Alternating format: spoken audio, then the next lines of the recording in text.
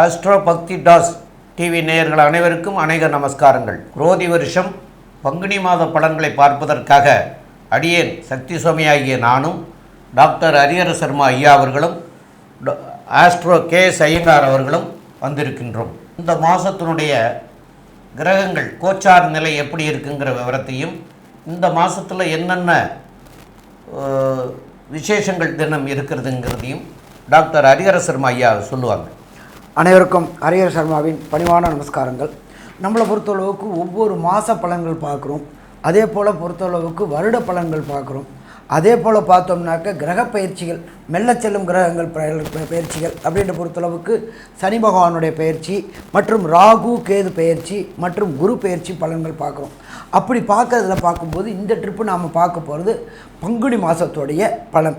நிகழும் மங்களகரமான குரோதி வருஷம் பங்குனி மாதம் பிறக்கிறது வசந்த கிழமையான சனிக்கிழமையில் பிறக்குது, பங்குனி பிறக்குது. அதுக்கு ஆங்கில தேதி, சரியான ஆங்கில தேதி அப்படின்னாக்க 15/3/2025 முதல் 13/4/2025 வரை இந்த பங்குனி மாதம் சற்றேறக்குறைய 30 நாள் இருக்குது. இப்போ இந்த பங்குனி மாதத்தில் பொறுத்தளவுக்கு என்னென்ன விசேஷ தினங்கள் இருக்குது அப்படின்றத பார்ப்போமா? இப்போ பங்குனி பிறந்த விட்டு 29/3/2025 சனிக்கிழமை அமாவாசை. அது என்ன சாமி, அமாவாசை தான் மாதம் வருது இல்லை, அது என்ன புதுசாக சிறப்பு? இந்த அமாவாசைக்கு பேர் போதாயன அமாவாசைன்னு பேர், ரொம்ப சிறப்பான அமாவாசை. இதுக்கு அடுத்தது 30/3/2025 ஞாயிற்றுக்கிழமை.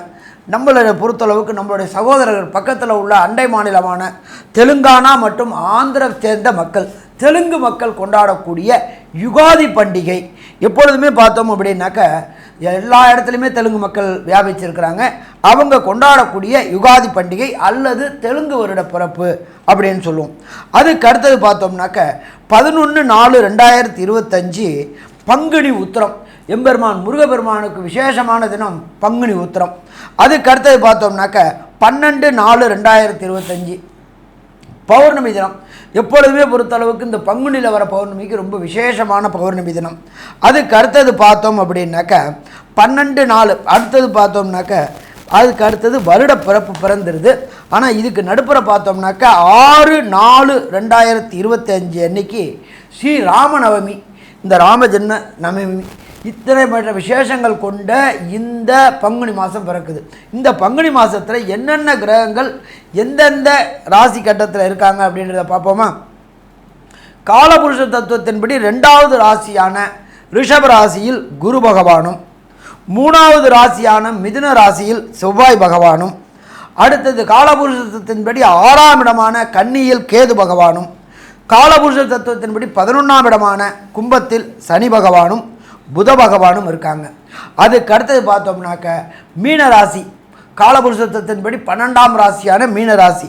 அதில் சூரிய பகவான், சுக்கிர பகவான், ராகு பகவான் மற்றும் புதன் ரிட்டர்ன் ஆகி வரக்கூடியது, வக்ரம் நிவர்த்தி ஆகி வரக்கூடியதும் இருக்கார்.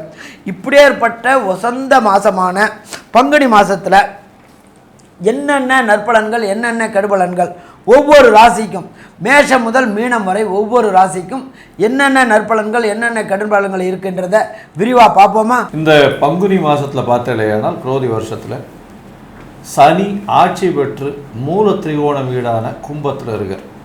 11ஆம் வீட்டில் காலபுருஷ தத்துவத்தின் 11ஆம் வீட்டில் ஆட்சி பெற்று போயிருக்கிறது மூலியமாக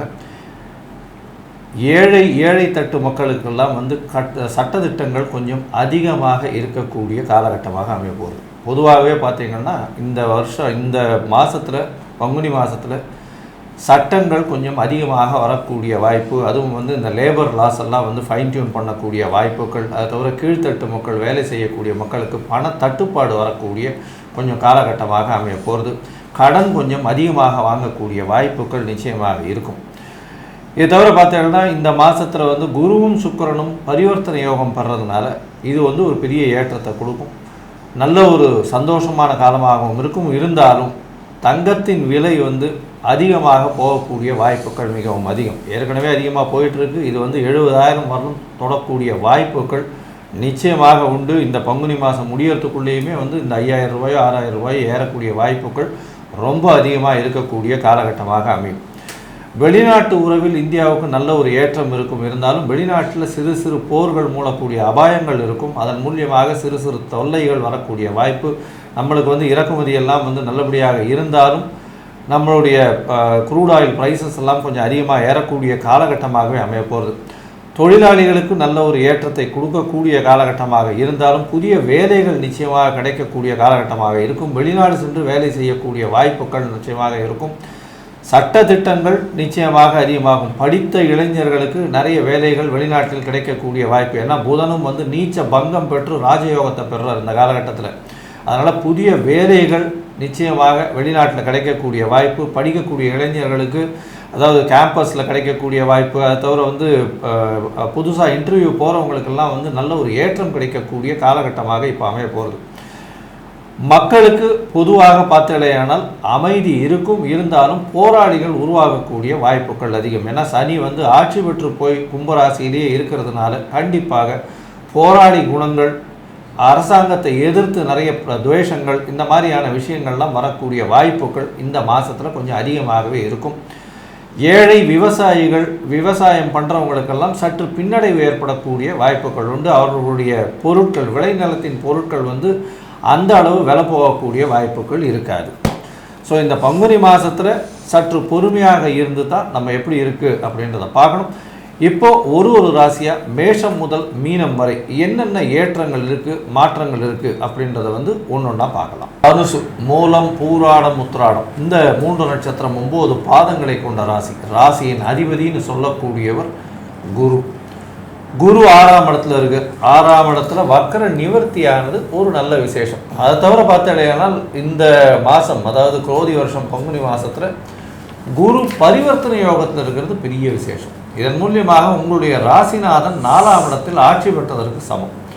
இதனால் பார்த்தீங்கன்னா உடல் நலத்தில் நல்ல ஏற்றம் இருக்கும். தாயின் உடல் நலத்தில் நல்ல ஒரு ஏற்றமும் மாற்றமும் இருக்கக்கூடிய காலகட்டம். புதிய வீடு மனை வாங்கக்கூடிய பாக்கியம், புதிய வேலை கிடைக்கக்கூடிய காலகட்டம் நிச்சயமாக அமையும். அதுவும் இந்த தங்கம், இது bank cashier job, bank employment, அதை தவிர ப்ரொஃபஸராக இருக்கிறவங்க இவங்களுக்கெல்லாம் பெரிய ஏற்றம் கிடைக்கக்கூடிய காலகட்டமாக அமையும். இந்த மாதத்தில் பார்த்தீங்கன்னா புதிய கடன் அமையக்கூடிய காலகட்டமாகவும் அமையும். புதிய கடன் எதன் மூலியமாக வரும்னா புதிய வீடு மனை வாங்கக்கூடிய வாய்ப்புகள் மூலியமாக வரக்கூடிய காலகட்டமாக அமையப்போகுது. இந்த மாதத்தில் பார்த்தீங்கன்னா பொதுவாகவே மாத கிரகங்கள்னு சொல்லக்கூடிய சூரியன், செவ்வாய், புதன் மற்றும் சுக்கிரன் இந்த 4 கிரகங்களுடைய மாற்றத்தை வச்சு தான் மாத கிரகங்கள் சொல்லுவோம். இதில் சுக்கிரன் 4ஆம் இடத்துல உச்சம் பெற்று போகிறார். அதனால் உங்களுடைய சுகங்கள் நல்லபடியாக இருக்கக்கூடிய காலகட்டம், ரொம்ப கம்ஃபர்டபுளாக இருக்கக்கூடிய காலகட்டம். புதிய வீடு மனை, வீட்டுக்குன்னு அலங்கார பொருட்கள் வாங்கிறது, படிக்கக்கூடிய மாணவர்களுக்கு பெரிய ஏற்றம், போட்டித் தேர்வில் வெற்றி, இதெல்லாம் வரக்கூடிய வாய்ப்புகள் நிச்சயமாக உண்டு. புதிய வீடு மனை வாங்கிறது 4ஆம் இடத்தை குறிக்கிறது போல 6ஆம் இடம்னு சொல்லக்கூடியது கடன், நோய், வம்பு, வழக்கு, புதிய வேலை, இதெல்லாம் 6ஆம் இடத்தை சொல்லும். பரிவர்த்தனை யோகத்தில் 6ஆம் அதிபதியும் ஆட்சி பெற்று போகிறதுனால கண்டிப்பாக புதிய வேலை கிடைக்கும். இவ்வளவு நாள் வேலை இல்லாமல் வேலைக்கு கஷ்டப்பட்டு இருக்கிறவங்களுக்கு நிச்சயமாக வேலை கிடைக்கும். வேலையில் ப்ரமோஷன் கிடைக்கும். ப்ரமோஷன் மூலியமாக நல்ல ஒரு ஏற்றம் இருக்கும். வேலை மூலியமாக வெளிநாடு போய் வரக்கூடிய வாய்ப்புகளும் நிச்சயமாக இருக்கும். இந்த மாதத்தில் பார்த்தீங்கன்னா ஷார்ட் ட்ரிப் வெளிநாடு போகக்கூடிய வாய்ப்புகள் நிச்சயமாக உண்டு. அதுவும் பேங்கிங் அக்கௌண்ட்ஸு, இந்த மாதிரியான பேங்கிங் அக்கௌண்ட்ஸ் ஜாப் பண்ணுறவங்க, பேங்க் சம்மந்தமாக, இன்சூரன்ஸ் சம்மந்தமாக இருக்கிறவங்க, அது தவிர கலைத்துறையில் இருக்கிறவங்க, கலைத்துறையில் ஒரு பெரிய நிபுணர்களாக இருக்கிறவங்க, சிஜி அதாவது கம்ப்யூட்டர் கிராஃபிக்ஸ் இந்த மாதிரியான விஷயங்கள் பண்ணுறவங்க, இவங்களுக்கெல்லாம் ஒரு அந்த கேமராமேன், ஆர்ட் டைரக்டர்ஸ் இவங்களுக்கெல்லாம் பெரிய ஏற்றம் கிடைக்கக்கூடிய காலகட்டமாக இருக்குது. இந்த மாதத்தில் செவ்வாயினுடைய மாற்றம், சூரியனுடைய 4ஆம் இடத்தினுடைய பொசிஷன், அது தவிர புதனுடைய மாற்றங்கள் என்ன விளைவுகளை தனுசு ராசிக்காரர்களுக்கு கொடுக்கும் அப்படின்றத பற்றி நம்ம இப்போது அரியர் சர்மா ஐயாக்கிட்ட கேட்போம். ஏன் நல்லா அற்புதமாக சொன்னீங்க. தனுர் ராசி, தனுர்னாலே பிரகஸ்பதி குரு, குருவோட ராசி. கெட்டாலும் மென்மக்கள், மென்மக்களே சங்கு சுட்டாலும் மென்மை தரும். அப்படி ஏற்பட்ட வசந்த ராசியை கொண்டவங்களுக்கு இந்த பங்குனி மாதம் நல்லா இருக்குமா, ஆனந்தமாக இருக்கும், அற்புதமாக இருக்கும். என்ன சாமி ராசிநாதன் தான் போய் 6ல் போய் மறைஞ்சிட்டாரு, நல்லா இருக்குன்னு சொல்கிறீங்களே? கண்டிப்பாக நல்லாயிருக்கும். ஏன் அப்படின்னாக்க அங்கே இடத்துக்கு உண்டான சுக்கிரனும் உங்களுடைய ராசியாதிபதியான குருவும் பரிவர்த்தனை யோகம் பெற்றிருக்கிறாங்க. பரிவர்த்தனை யோகம் மட்டும் பெறாமல் நீசபங்க ராஜயோகமும் பெற்றிருக்கிறாங்க. வேலைக்காக முயற்சி பண்ணக்கூடிய தனுர் ராசி என்பவர்களுக்கு கண்டிப்பாக படித்த படிப்பிற்கு உண்டான வேலை கிடைக்கும். அதே போல் குருத்துவமுடைய தொழில்கள் செய்யக்கூடியவங்க, ப்ரொஃபஸர்ஸு, டீச்சர்ஸு, இவங்களுக்கு எல்லாருக்குமே இந்த பங்குனி மாதத்தில் பதவி உயர்வும் பணவரவும் கிடைக்கக்கூடிய வாய்ப்புகள் உண்டு. ஆனாலும் உங்களுடைய பேச்சில் எச்சரிக்கையாக இருக்கணும். என்ன சாமி எல்லாத்தையும் சொல்லிவிட்டு இப்படி ஒரு பொடியை வேற வைக்கிறீங்க? 3ஆம் இடத்தில் ஆட்சி பெற்ற சனி பகவான். நீங்கள் உண்மையை சொன்னாலும் அது உங்களுடைய உற்றார் உறவினர் மற்றும் நண்பர்களால் தவறுதலாக புரிந்து கொள்ளப்படும். அதனால் யாகா வாராயினும் நாகாக்க காவாக்கால் சோகாப்பர் சொல்லியிருக்கப்பட்டு என்ன கேள்வி கேட்குறாங்களோ அதுக்கு மட்டும் பதில் சொன்னோம்னா பிரச்சனையாக இருக்காது. தேவையில்லாத பேச்சு பேசினோம்னா பிரச்சனைகளை நாமளே வம்ப விலை கொடுத்து வாங்கக்கூடிய வாய்ப்புகள் உண்டு. அதே போல் நீண்ட நாட்களாக தனுர் ராசியை சேர்ந்த அன்பர்கள் தொழிலில் ஒரு சொணக்கம், தொழிலில் ஒரு முடக்கம் இருந்துச்சு. அது என்ன சாமி, 7க்கும் 10க்கும் உடைய தொழில் ஸ்தானாதிபதியான புத பகவான் நீச்சம் அடைஞ்சு போயிட்டாரு, நீங்கள் என்னமோ தொழிலில் ஏற்றம் கிடைக்க போகுதுன்னு சொல்கிறீங்களே. கண்டிப்பாக கரெக்டு தான் நீங்கள் சொல்ல வர்றது. ஆனால் அங்கு சுக்கிர பகவான், உச்சம் பெற்ற சுக்கிர பகவானோட நீச்சம் பெற்ற புத பகவானும் சேர்ந்து இருக்கிறதுனால நீச பங்க ராஜயோகம் ஏற்பட்டிருக்கிறதுனால தொழில் செய்யக்கூடியவங்க, உத்தியோகம் பார்க்கக்கூடியவங்க அத்தனை பேருக்கும் இந்த பங்குனி மாதம் ஏற்றமான மாதமாக இருக்குமா? ஏற்றமான மாதமாக இருக்கும். அதே போல் கெமிக்கல், மருந்து, ரசாயனம் மற்றும் குருத்துவமுடைய தொழில்கள் செய்யக்கூடியவங்க அத்தனை பேருக்கும் ஏற்றமாக இருக்கும். அதே போல் கணக்கு, பட்டய கணக்கர்கள், chartered accountant, cost accountant, CMA படித்த, பிகாம் எம்காம் படித்த பட்டதாரிகளுக்கு மேற்படிப்புக்காக வெளியூர், வெளிமாநிலம், வெளிநாடு செல்லக்கூடிய வாய்ப்புகள் கிடைக்குமா? வாய்ப்புகள் கிடைக்கும். நீண்ட நாட்களாக திருமணம் தடையும் தாமதமுமான தனுர் ராசி என்பவர்களுக்கு திருமண தடையும் தாமதமும் விலகக்கூடிய வாய்ப்புகள் உண்டு. அதை போல் நீண்ட நாட்களாக தொழிலில் சொணக்கம் இருந்தவங்களுக்கு தொழில் உள்ள சொணக்கங்கள் விடுபட்டு தனக்காரனான குருவுடைய அருள் பெற்று கேட்ட இடத்துல அப்படியே இந்த எண்ணெய் பைப்பை திறந்தால் கொட்டுற மாதிரி பணம் கொட்டிக்கிட்டே இருக்கும். அதை நாம் பாட்டு அள்ளி வாங்கிட்டு செலவு பண்ணக்கிறதுக்கு வாய்ப்புகள் நல்லா இருக்கும். தொழிலில் முன்னேற்றம் இருக்கும். அப்போ மொத்தத்தில் பார்த்தோம் அப்படின்னாக்க தனுர் ராசி என்பவர்களுக்கு இந்த பங்குனி மாதம் ஆனந்தமான மாதம்னு சொல்லலாமா? ஆனந்தமான மாதம்னு சொல்லலாம். சரி சாமி, அது என்ன ஒரு இக்கு வச்சிங்க? ஒரு சில நாட்கள் தவிர்க்கக்கூடிய நாட்கள், அதுக்கு பேர் சந்திராசிரம தினங்கள் அப்படின்னு பேர். உங்களுடைய ஜனன சந்திரனுக்கு கோல்சார சந்திரன் 8ஆம் இடத்துல வரார். மதிக்காரனான சந்திரனுடைய ஒளி மங்குவதனால் உங்களுடைய புத்தி பேதலிக்கக்கூடிய வாய்ப்புகள் உண்டு. அது என்னென்ன நாட்கள், அந்த காலகட்டங்களில் என்னென்ன தவிர்க்கணும் அப்படின்றதையும், தனுர் ராசியை சேர்ந்த அன்பர்களுக்கு தசாநாதனோ, புத்திநாதனோ, அந்தரநாதனோ, சூட்சுமநாதனோ சரியில்லை அப்படின்னாக்க கிடைக்க வேண்டிய பலன்கள் காலதாமசமாகும். அந்த காலதாமதத்தை தவிர்க்கிறதுக்கு எந்த தெய்வத்தை வணங்கினா அதையும் பெறலாம் அப்படின்றத நம்மளுடைய டாக்டர் ஐயா சக்தி சோமையா அவங்க விரிவாகவும் விளக்கமாகவும் சொல்லுவாங்க. ரொம்ப அற்புதமாக விளக்கமாக விவரமாகவும் சொன்னீங்க ஐயா, பிரமாதமாக சொன்னீங்க. இப்போது இந்த சந்திராஷ்டம தினம் அப்படின்னா என்னங்கிறத ஐயா சொல்லிட்டாங்க. அது இந்த மாதத்தில் எப்போ வருது அப்படின்னு நம்ம பார்ப்போம். இந்த நாட்களுக்கு வந்து தவிர்க்க வேண்டியது, இந்த சந்திராஷ்டம தினத்தில் தவிர்க்க வேண்டியது என்னென்ன அப்படின்னு பார்க்குற போது, புதிய முயற்சிகள் எதுவும் எடுக்க வேண்டாம். அதே போல் பிரயாணங்கள் எதுவும் செய்ய வேண்டாம். வெளியூர், வெளிநாடு, வெளி மாநிலமாக இருக்கட்டும், வெளிநாடுங்கிறது வந்து அந்நிய தேசங்களாக கூட இருக்கட்டும், எங்கேயுமே பிரயாணம் செய்ய வேண்டாம். இந்த 2 காரியத்தையும் நீங்கள் வந்து அந்த நாட்களை தவிர்க்கிறது வந்து மிக மிக நல்லது.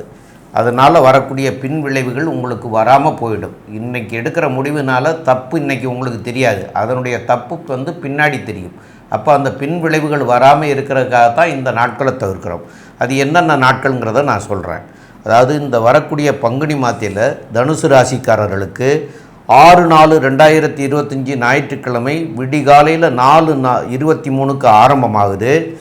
7/4/2025 திங்கட்கிழமை, 8/4/2025 செவ்வாய்க்கிழமை காலையில் 11 மணி 12 நிமிஷம் வரைக்கும் இருக்குது. இந்த நாட்களை வந்து இந்த நேரம் வரைக்கும் தவிர்க்கிறது வந்து மிக மிக நல்லது. புதிய முயற்சிகளும் பயணங்களும் தவிர்க்கணும். சரி, இப்போது பொதுவாகவே வந்து இப்போ சொல்லக்கூடியது வந்து இந்த ராசிக்காரர்களுக்கு குழந்தை இல்லாமல் இருக்கிறவங்களுக்காகவும் எந்த ராசியாக இருந்தாலும் குழந்தை இல்லாதவர்களுக்காக நாங்கள் வந்து சொல்லக்கூடிய விஷயம் இது. ஆக இதை போய் பண்ணிட்டு வந்தால் கண்டிப்பாக இந்த மாத்திலரை இந்த ராசிக்காரர்கள் அவசியம் போகிறது நல்லது அப்படிங்கிறதுக்காக சொல்கிறோம். ஆனால் இது எல்லா ராசிக்காரர்களுக்கும் பொருந்துங்கிறதையும் சொல்கிறோம். அதாவது ராமேஸ்வரத்துக்கு பக்கத்தில் திருப்புல்லானின்னு ஒரு ஸ்தலம் இருக்குது. அந்த திருப்புல்லானிங்கிறத இப்போ தேவிப்பட்டினம்னு சொல்லுவாங்க. அந்த தேவிப்பட்டினத்தில் கடலுக்குள்ளற நவகிரகங்கள் இருக்கிறதாக இருக்குங்கிறது தெரியும், எனக்கு தெரியும். அப்போ அங்கே நவகிரகம் கடலுக்குள்ளே இருக்கிற நவகிரகத்தையும் போய் வழிபட்டுட்டு அந்த ஊரில் தேவநாத பெருமாள்னு ஒருத்தர் இருக்கார். அதாவது ஜெகநாத பெருமாள். அந்த ஜெகநாத பெருமாளையும் வழிபட்டிங்கன்னா புத்திரபாக்கியம் இல்லாதவர்களுக்கு புத்திரபாக்கியம் கிடைக்கிறதுக்கு உண்டான வாய்ப்புகளை கொடுக்கக்கூடியவர் அவர். அதே போல் புத்திர தோஷம் இருந்தாலும் அது நீங்கிரும், அதனால் புத்திரபாக்கியம் கிடைச்சிரும். அங்கேயே வந்து சனி தோஷமும் நீங்கும். அப்போ சனி தோஷமும் நீங்கிறதுனால எல்லாருமே போகலாம் அப்படிங்கிறத சொல்கிறோம். அதே மாதிரி உங்களுக்கு வந்து பித்திருக்களுடைய தோஷம் இருந்தாலும் அந்த ஸ்தலத்தில் போய் வழிபட்டுட்டு அங்கே இருக்கிற தேவிப்பட்டினத்தில் கடலுக்குள்ளே இருக்கிற நவகிரகத்தை வழிபட்டுட்டு வந்தீங்கன்னா பித்திர தோஷமும் நோங்கும். அப்போ அந்த பித்திர தோஷம் நீங்கணும்னு சொன்னால் நவதானியங்களெல்லாம் வாங்கிட்டு போகணும். அந்த நவதானியங்களை வச்சுட்டு பூஜை பண்ணணும். பூஜை பண்ணிங்கன்னா உங்களுக்கு பித்ரு தோஷமும் நீங்கும். அப்போது எவ்வளவு பெரிய நல்ல விஷயங்கள் இருக்கிறது. அந்த நவதானியத்தை கொண்டு வழிபட்டுட்டு வந்தீங்கன்னா கண்டிப்பாக பித்ரு தோஷம் இருக்கிறவங்களுக்கு பித்ரு தோஷம் விளங்கும், குழந்தை பாக்கியம் இல்லாதவர்களுக்கு குழந்தை பாக்கியம் கிடைக்கும், இவ்வளவும் கிடைக்கும். இது எந்த ராசிக்காரர்களாக இருந்தாலும் பண்ணலாம்ங்கிறது பொது கருத்து. ஆனால் இந்த மாதம் இந்த கோயிலுக்கு இந்த ராசிக்காரர்கள், அதாவது தனுசு ராசிக்காரர்கள் போயிட்டு வர்றது நல்லது. மேலும் உள்ள விவரங்களை பற்றி நம்முடைய டாக்டர் கே ஐயங்கார் அவங்க சொல்லுவாங்க. அற்புதமாக சொன்னீங்க. தனுசு ராசியை பொறுத்தவரையில் உடல் நலத்தில் நல்ல ஒரு ஏற்றம் இருக்கக்கூடிய காலகட்டம். முயற்சிகள் எல்லாமே வெற்றி பெறக்கூடிய பாக்கியம் உண்டு. எதிர்பாலினத்தவர் மூலியமாக திடீர் யோகம் வரக்கூடிய காலகட்டமாக அமையும். பேச்சில் சற்று கவனமாக இருப்பது நல்லது. படிக்கக்கூடிய மாணவர்களுக்கு நல்ல ஒரு வெற்றி. தாயின் உடல்நிலையில் நல்ல ஒரு ஏற்றம் இருக்கக்கூடிய காலகட்டம். புதிய வீடு மனை வாங்கக்கூடிய பாக்கியம். அதற்காக அதாவது கடன் வாங்கக்கூடிய வாய்ப்புகள் நிச்சயமாக இருக்கும். புதிய தொழில் அமையக்கூடிய வாய்ப்புகள் நிச்சயமாக இருக்கும். தொழிலில் மூலதனம் சற்று அதிகமாக போட வேண்டிய காலகட்டாயமாக இருக்கும். எதிர்பாலினத்தவர் மூலியமாக சற்று ஏற்றம் கிடைக்கக்கூடிய காலகட்டம். 5ஆம் அதிபதி 7ஆம் இடத்தில் இருப்பதனால் காதல் வயப்படக்கூடிய வாய்ப்புகள் நிச்சயமாக உண்டு. உங்களுடைய ராசிக்கு வெளிநாடு போயிட்டு வரக்கூடிய வாய்ப்புகள் உண்டு. அதுவும் வேலை நிமித்தமாக வெளிநாடு போவதும், வெளிநாட்டில் இருப்பவர்களுக்கு இந்த பர்மனன்ட் ரெசிடென்ஷிப் இல்லை கிரீன் கார்டு இதெல்லாம் வரக்கூடிய காலகட்டமாக இந்த காலகட்டம் அமையாது. தாயின் உடல்நிலையில் நல்ல ஏற்றமும் தந்தையின் உடல்நிலையில் நல்ல ஏற்றமும் இருக்கக்கூடிய காலகட்டம். இந்த மாதத்தில் பார்த்தீங்கன்னா உங்களுக்கு பண வரவிற்கு பஞ்சம் இருக்காது, பொருள் வரவிற்கு பஞ்சம் இருக்காது, சுப செலவுகள் ஆகக்கூடிய காலகட்டமாக இருக்கும் அப்படின்னு இந்த சக்தி ஜோதிட குழு சொல்லுது. நன்றி, நமஸ்காரம்.